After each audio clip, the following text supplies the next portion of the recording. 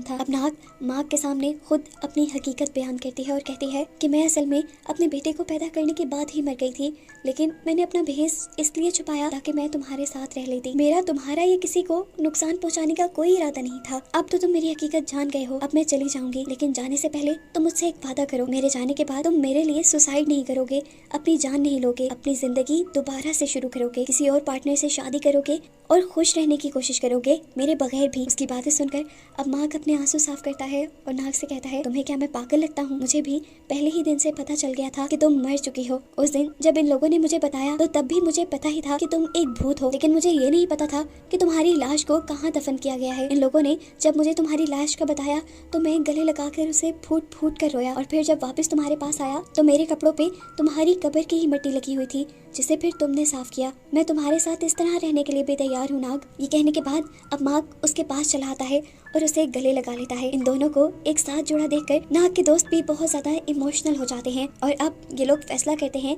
कि नाग हमेशा मार्क के साथ ही रहेगी। कहानी के पोस्ट क्रेडिट सीन में दिखाया जाता है कि इन लोगों ने गाँव में एक मॉन्स्टर हाउस बना लिया था, जहाँ पर ये सब लोगों को भूतिया शो दिखाते थे, क्योंकि इनके पास एक असल भूत था। और बस इन सबको एक साथ खुश दिखाते हुए ये कहानी यहाँ खत्म हो जाती है।